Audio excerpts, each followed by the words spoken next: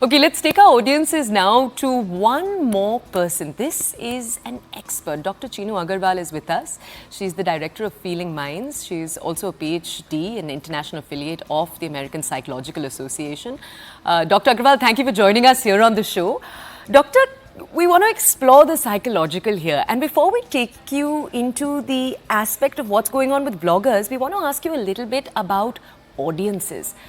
Is it a sense of companionship that audiences get when they're watching videos like this? What do you think is going on? Because these are time commitments. Sometimes bloggers are vlogging 1 hour long, 2 hour long videos. For audiences to stay through that, do you think somewhere it's us curing our digital loneliness? Yeah, exactly. And when you are seeing them playing out their life, which you don't have to do, you don't have to risk putting out your life, they are doing it for you. It's so easy, no? To just watch people doing it and start commenting and relating to it. And of course, there is this hook of emotional connection that's there in this vlogs, which we are calling as parasocial relationships in psychology, where there is this one-way relationship that is happening from the vlogger. In our times also, when we were younger, we used to see these celebrities and heroes, and we used to start falling in love with them. And we have stories of how Rajesh Khanna's white car used to get, pink with lipsticks, and how girls used to go crazy with Ravi Shastri's match and all those things. So we were always, as Indians, very fond of celebrities and connecting with them and entering into their lives and knowing what's going on. So I think this has given us this opportunity, which we were always looking for, to look into people's lives. Is it different than us? Is it similar to us? What is it they are doing? What is it that we are doing? Comparing, coming up to it, aspiring, all this is going on in their Sure. own psychology. And that's how it is becoming so addictive for them. They can binge watch a blogger that they are connected to even for 6 hours in a day. Yeah, yeah. Dr. Agarwal, if you notice, both the content creators and vloggers on our, who came just before you, said that they didn't indulge in this. Comments drove them to it. People ask for more of you Yeah. online. And that's what Yeah. creators end up giving. So, are you in a way saying that the line has to be drawn at the end of the creators to say, okay, this might impact my personal life at the cost of views, this will impact my mental health at the cost of the subscribers that I'm getting? Yeah, but then can you see that they are already in a loop for getting more views? They're already in the loop for getting more attention, more adulation, more admiration, more engagement. And so they cannot even if they want to, they cannot refuse it. They are they are wanting to make the content that their audiences can relate to, can engage with, can come up to their vlogs and be hooked to them. So they are actually going around seeking their audience's opinions.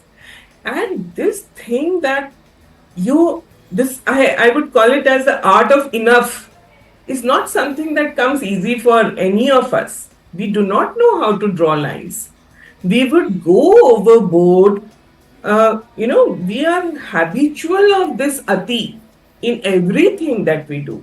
This is called as indulgence, whether we are having some sugary drinks, or it is our gadget, or whether it is fashion or shopping or anything.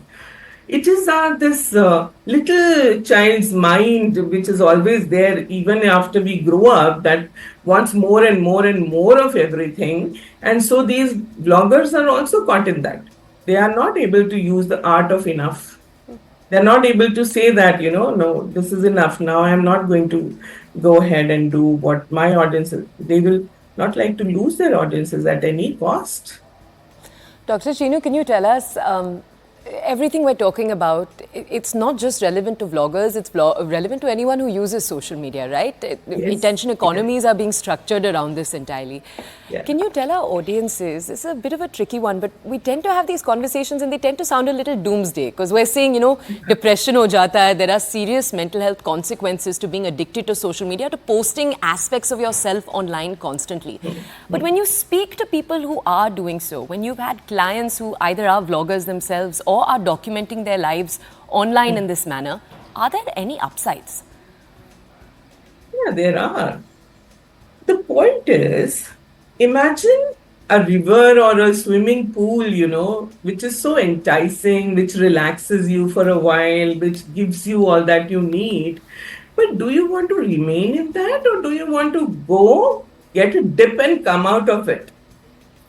That's the trick over here. There are so many upsides. You are fulfilling your basic intrinsic need of social connection through this activity, which we are all born with. There is a theorist who says that we are born with something called a stimulus hunger. The babies, they want actual physical strokes. And so he has used the term stroke hunger. We are getting up every morning to earn strokes. Right now, I am earning strokes being on TV. Both of you are earning strokes. These bloggers are earning strokes. And we want to earn so many strokes in abundance that one day Sonal would like a crowd to gather around her whenever she goes in a mall. I would like people to recognize me on the airports and start asking for autographs. We all want so many strokes in abundance, and this hunger, it is insatiated. You cannot satiate it. Imagine Amitabh Bachchan once coming on his balcony and there are no people to wave to. What will happen to that person? We all want that kind of, stimulus constantly. And that is the downside of this vlogging as well. Wherein there will be a day when so many people are not going to turn up on your post, when there are not going to be so many likes, when there is going to be a comment session which criticizes you, which trolls you, which says that, nahi pasand aaya, what is it that you have put up? And then the imbalance that creates is the anxiety that my engagement should come, that my audiences should like whatever I'm putting up, and then the actual reality facing it is going to be really harsh.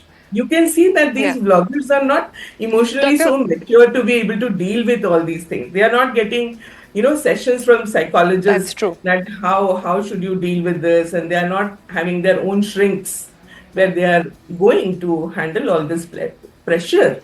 Actually, Dr. Agarwal, the first wave of content creators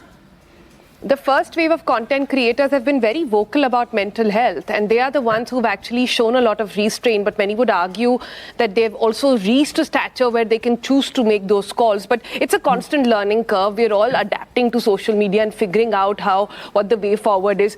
But we have the last 2 minutes, so I wanted a parting comment from you on young content creators watching right now who worry, perhaps, but don't know how to stop and where to stop. To them, is there a balancing formula that you can share with them? Yeah, I would like to draw their attention to the intent, to the objectives. Take a pause, be mindful. What is it that I am going to gain out of it? And what is the cost that I am paying? So, the cost benefit analysis, if you can pause, do it, and you can see, what is the value that I want to put into people's lives? Is it something that is going to be remembered? Because the digital footprint that you are going to leave behind is going to be permanent. Is it just because I want to get some strokes? Is it something that is so selfish like that, or is it something that I really want to give people, inspire them, encourage them to do better in their lives, to lead richer lives, fulfiller lives, more meaningful lives?